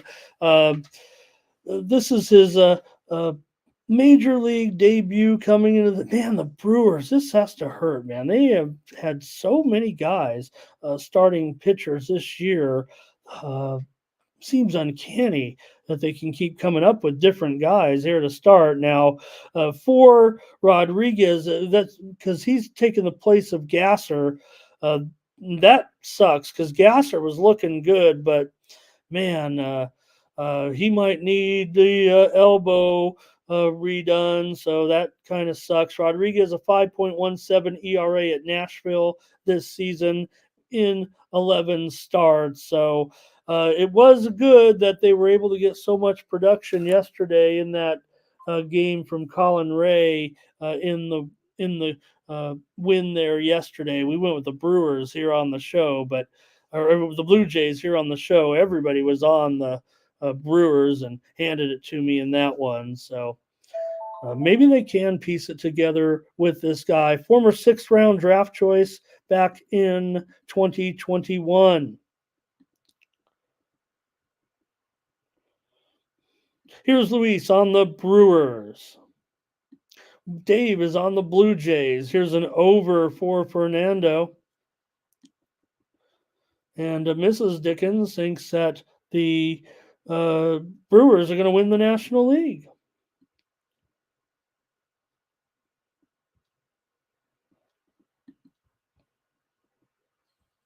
Brett says the Blue Jays kind of always those guys around. Okay. On a Tuesday. All right. Guess I'll have to come in on this one. Look, with Kikuchi and Rodriguez in his debut, I'm showing cappers right now. About 75% of the cappers surveyed are on the Blue Jays here in this one. Man, the Sharps are definitely favoring Toronto by about a 2-1 split here. And I'm going to go under in this one with the Blue Jays and the Brewers. If it's going to be 8.5, I think I've got another under. All right, we move on. White Sox and Mariners. Is this Thorpe? Is this an opener here for the Tigers? Let me make sure of Thorpe because he's going up against Woo. And where is Woo? We'll put Woo in there. Woo wasn't a question mark to pitch this game. In fact, he's been one of the hottest pitchers, if not the second hottest. Let's be fair. Maybe he's the second hottest pitcher right now in the major leagues, but he's hot, man. 1.07 ERA in his last 6 starts for Woo in his 6 starts so far this season for Woo. He also has a 2.79 ERA against the White Sox so far in his career in just 2 starts. Seattle's won 11 of 15. White Sox still being awful here. Mariners ended up crushing them yesterday, 8-4 after, well, our man Fetty got off to a 4-0 start. Looked really good. Man, the Mariners came back on that bullpen and beat them over the head in the end. And why wouldn't they do it again today? It feels like, right? I'm showing cappers here running heavily to the Mariners. There's some support for the White Sox here today, but still, cappers are running about 4-1 on the Mariners in this one. But maybe it's still folks liking a little bit of a price with these White Sox. I mean, look, we tried them yesterday, right? And did not come through. Oh, no, we had the Mariners. What am I talking about? Oh, it was the day before that. So, wasn't this supposed to be Crochet's spot? And are they just moving him here? Am I forgetting something? All right. Here is just, this is what I'm taking. I'm just taking this, I think. Probably should be a premium, actually. What am I thinking here? But I'm going to go with it on the show to get some winners. I'm going to go against the White Sox. What do you know? Seems easy enough. Nothing's ever for certain. And in fact, I'm showing the Sharps are running about 2-1 on Seattle, but that's what the Sharps do. Luis on the under here. Luis, I took the under with the Blue Jays game with the Brewers. I think it was that last game we were talking about. Here's the first 5 under, I think, in this one. Here's Mariners for Impala. Dave, I think he says White Sox. They're oh, I don't know. Fade the White Sox. All right, I will. I'll just take the Mariners on the run line. We can move on. We don't have to go too deep into this one. Thorpe, I should mention this is his major league debut. A little bit different story here for Thorpe. I shouldn't really be burying these. I know we're getting long on the show, but want to do a complete job here. So for Thorpe, 7-1 in 11 starts this season with the Sky Sox, and he actually has been awesome. One guy we've been waiting to get up here right now is Thorpe with his 1.35 ERA. Oh, I'm sorry, he wasn't with the White Sox. He was in AA. He is skipping AAA to come in here. That's where he was making his mark right now from Birmingham. So he'll be penciled in to start here. He's been, kind of a bittersweet situation because he was the man that the Padres traded for Dylan Cease, basically. So it's been tough to watch so far with his numbers. We'll see how it does skipping AAA. But Thorpe, the White Sox, number 3 overall prospect and the number 43 overall prospect in baseball. That's what the Padres do. They trade good players to get players. And they're going to have to watch Thorpe here and see how he goes in the major leagues today. But still with this team, pretty tough. I'm going to take the Mariners today and going good luck to Mr. Thorpe. Here are my Padres here in this one. They're taking on the A's today. And, well, hey, I thought, the Padres would play down to the A's level. And, well, the Padres played some long ball and looked pretty good last night. So I would think here with Vasquez up against J.P. Sears, they might be able to handle this one. Now, price has already gone a little bit higher than this, hasn't it? Oh, that's about $1.60 or so, and maybe I can ride with the Padres here today. Just want to see one, right? See how they're see how they're attacking a team like the A's. So they got it done yesterday. The problem is Vasquez. Padres just 1-6 with Vasquez on the mound so far this season. Meanwhile, the A's are 5-8 with Sears. Sears has a 4.0 ERA this season. The A's are under in 9 of Sears' 11 starts. A's have also gone under in 11 of their last 15. Padres have gone under in 6 of their last 9. They've also lost 6 of their last 9, not coinciding with the unders, just a coincidence. However, it does feel like with Sears, a left-hander coming in here, maybe he can be okay in this one. Handicappers not doing too much here from what I can tell, but check out Ben's video here on the Tony's Picks YouTube channel today. Ben previewed this game, and I'll just take the Padres here in this one. I expect Vasquez to be better in this game at home against a team like the A's.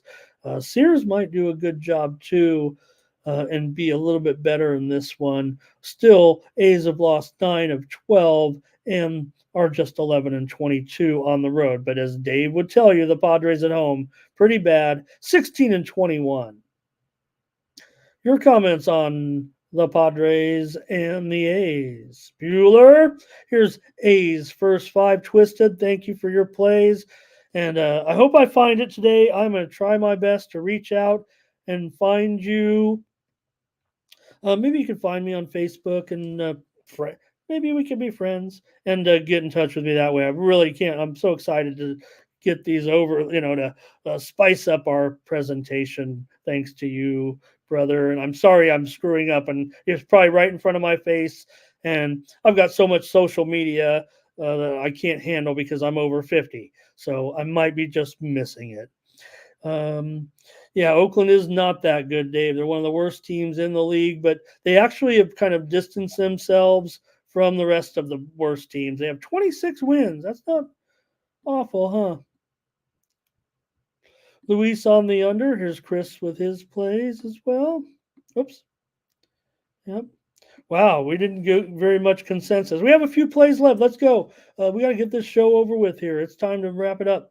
Here come the Angels and Suarez going up against the Diamondbacks and Montgomery. Woo, these guys have been bad this year. For Montgomery, he's got a 21 ERA in the last 2 games. He lost them both, of course, gone over in 4 of his last 5. Suarez, this will be his first start of the season, but he's been around the block a few times, a left-hander, 20-27 in his career, but a 5.5 ERA, the journeyman.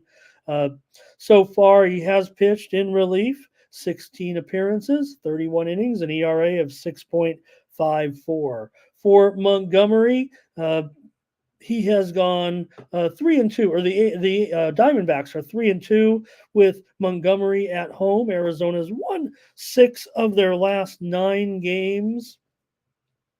And I think the price is even a little bit higher than this now at $1.70 maybe even, but I'm just going to take a favorite here on the money line with Montgomery in this one and just go against the Angels. Maybe you want to lay a run line, but Montgomery's numbers are pretty bad.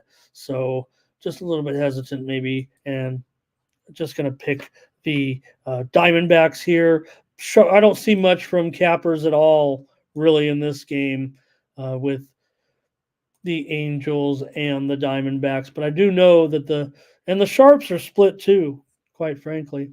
But I'm going to lay it with Arizona, and I'll probably lay it pretty big for a free play on the show.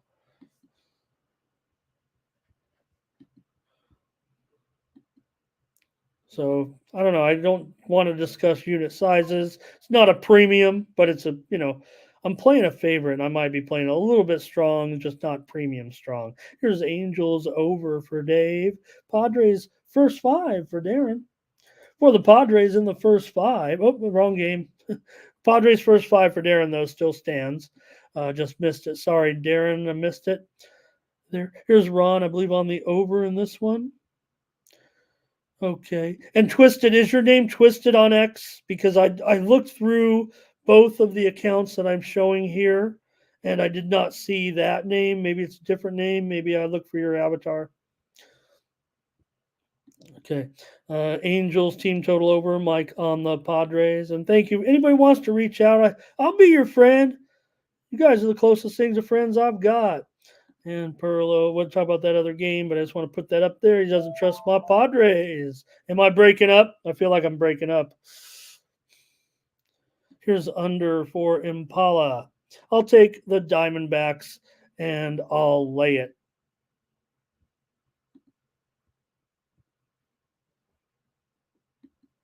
Okay. I don't know. I know there's not. I know you got the right one. I don't know why I missed it. I'm going to check again. I feel like I'm missing something there. I know you're not pulling my leg. Here's Rick.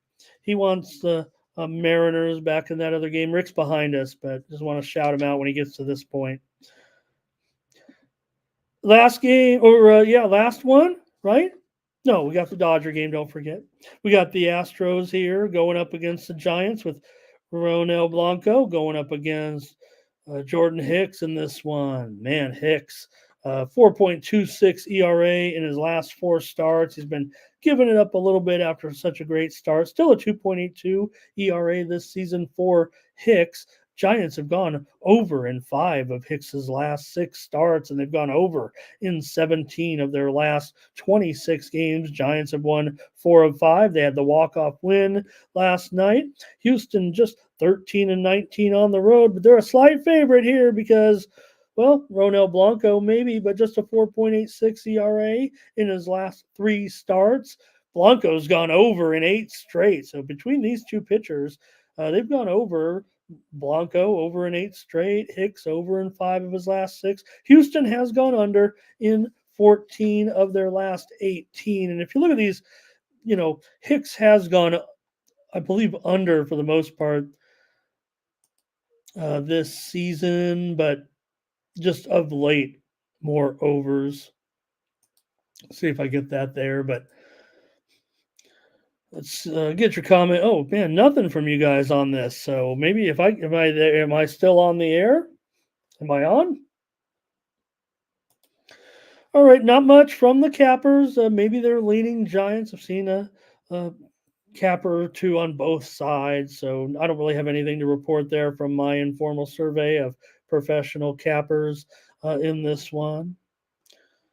So, all right, I guess I better make the call here with Houston and San Francisco. Everybody's tired of me talking and wants this show to end, it feels like.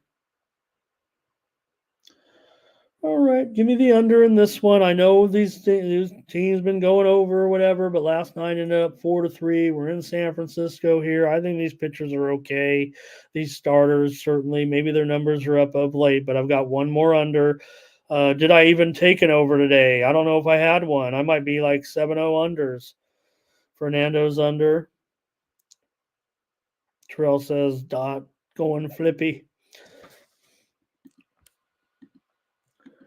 All right, we've got one more to go here with the Dodgers. The problem was I don't have a pitcher for the Rangers here. Let me see here. Oh, yes, I do. Let me fill it in. Dane Dunning, right? Correct me if I'm wrong. I had undecided written here, so let me fill it in. But I thought we even talked about Dane Dunning pitching this game earlier in the week, right? Or yesterday, or oops. And Paxton here for the Dodgers.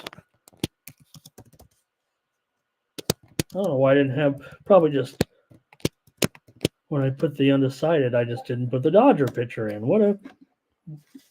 All right, here we go.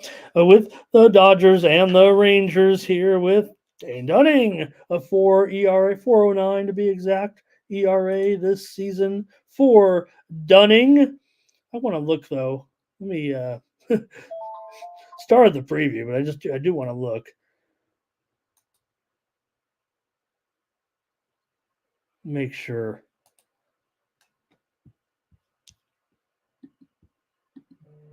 Maybe you guys are already correcting me if I am wrong about Dunning here. But I want to check now all of a sudden on the some of the more official. Yeah, in fact, a lot of books have that still off the board, right? So I don't think Dunning would have an opener. Let me see your comments here and make sure I'm not missing anything. No, it's going to make me take one extra step right now, it feels like, because this is bothering me. Okay, I think most of it says Dane Dunning here for sure. Not for sure, but man, there's not a whole lot going on with this situation here. One more check here. All right, I'm just going to leave it at this point. This one might get a skippy here, I'm feeling like. Even though here's Dodgers over for Dave. I might just end up on the Dodgers with Paxton on the run line. If I'm confused, imagine how the Rangers feel. Here's an over here in this one. Dodgers for Impala. Thomas on the Dodgers. Feels like it might be a Dodgers without even knowing what's going on here. I've got to check one more source.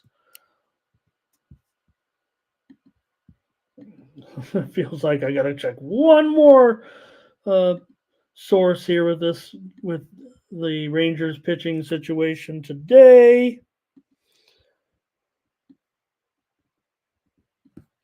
I'm just not feeling confident about Dane Dunning. I've made the dog bark. Wait a minute, we don't have a dog. All right. I'm just about done wasting your time, folks. We got the WNBA coming up in just a minute. But I just want to see who, if it wasn't Dane Dunning, what could happen here. It's going to be Dane Dunning. Okay, I give up. It's Dane Dunning. Give me the Dodgers on the run line. Here's an over for Ray as well. We might have said that. Feels like I'm breaking up again, you guys. I better just wrap up this show with some WNBA. Pearl over here. Let's go to the WNBA right now. Get this show over with. Mystics and Dream in this one. I went with the Dream here last night. Dream, pretty good defensive team, it feels like to me, and against the winless Mystics. I think they can probably do the job here. Now, Mystics are getting healthy with Sykes finally probably going to play in this one after missing all those games. She left in the second game of the season and now will finally return. Shakira Austin and her dozen points a game still out for Washington. They lost to the Liberty. They led by 5 in the fourth quarter, end up losing their 12th straight game. For Atlanta, they did win against the Mystics. 73-67 is a 3-point favorite covering the spread. They've won 4 straight against Atlanta. I'll take the Dream here. -7. Give me all your WNBAs. I'll go quickly and then we'll review them.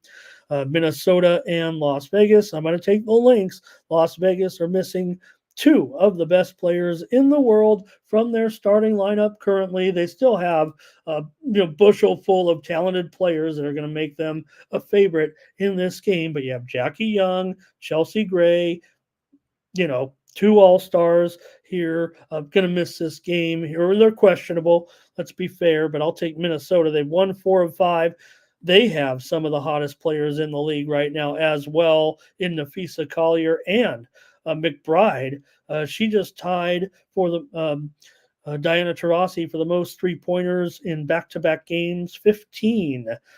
She had 57 points in the last 2 games. Asia Wilson just set an NBA record for her 14th straight game of 20 points or more. Got some nice players here. Minnesota won that big game against Seattle on Sunday. This one goes a long way in deciding their chances here. They're behind Phoenix a little bit in the Commissioner's Cup, but they have to win this one as an underdog on the road to have any chance to play in the Commissioner's Cup championship game. They would also need Phoenix to lose their last Commissioner's Cup game in order to get in there.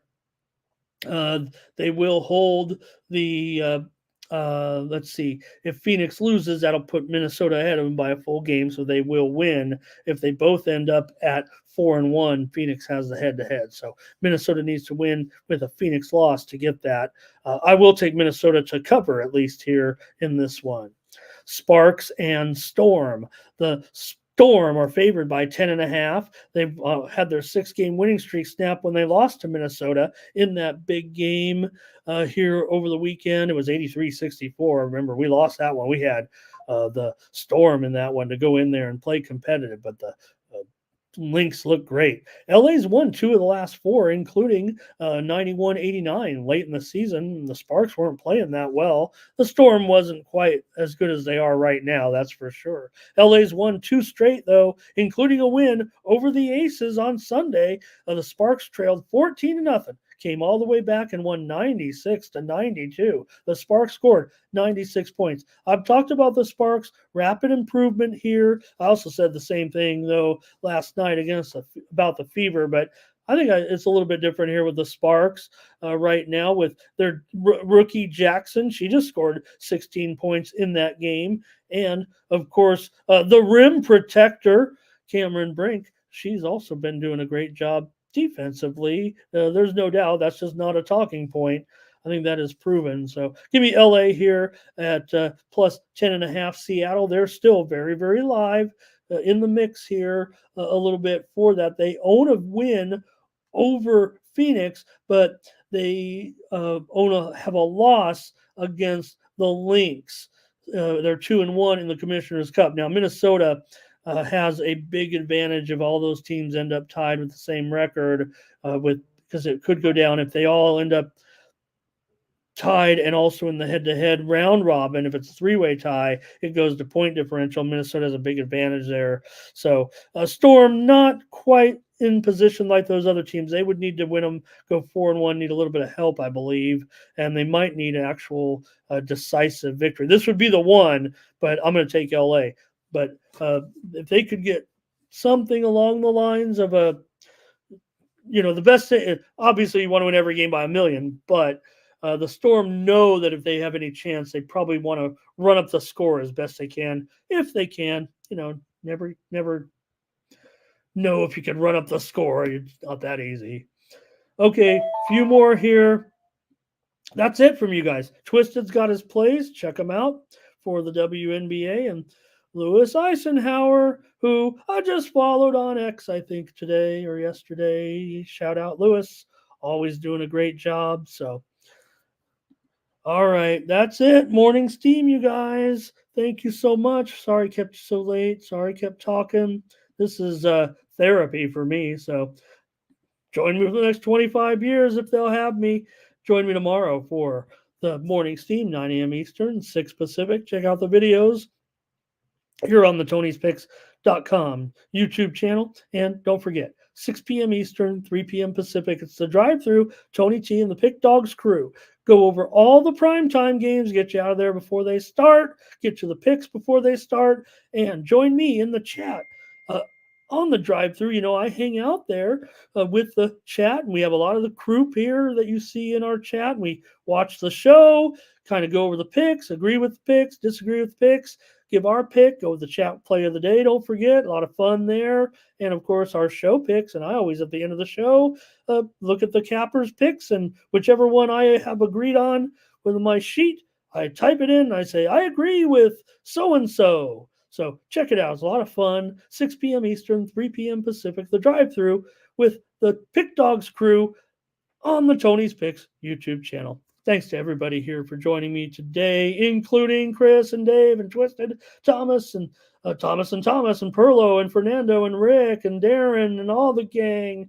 I don't even, if I miss you, it doesn't matter anymore because I appreciate you guys so much. Lewis and Mike and Beavis and all the gang here today. Just great job. Want to say hello to Brett as well. I don't think I got a shout out to you today. Brett, Terrell as well, Doubles. Solo was here as well, and all the crew, Ron G, Fiddlehead, everybody, thank you so much for joining me. Fernando as well. Twisted, I hope I find you, man. Appreciate everything. Catch you tomorrow here in More Morning Steam. Stop Geo at 9 a.m. Eastern, 6 a.m. Pacific. Tony's Picks YouTube channel. So long.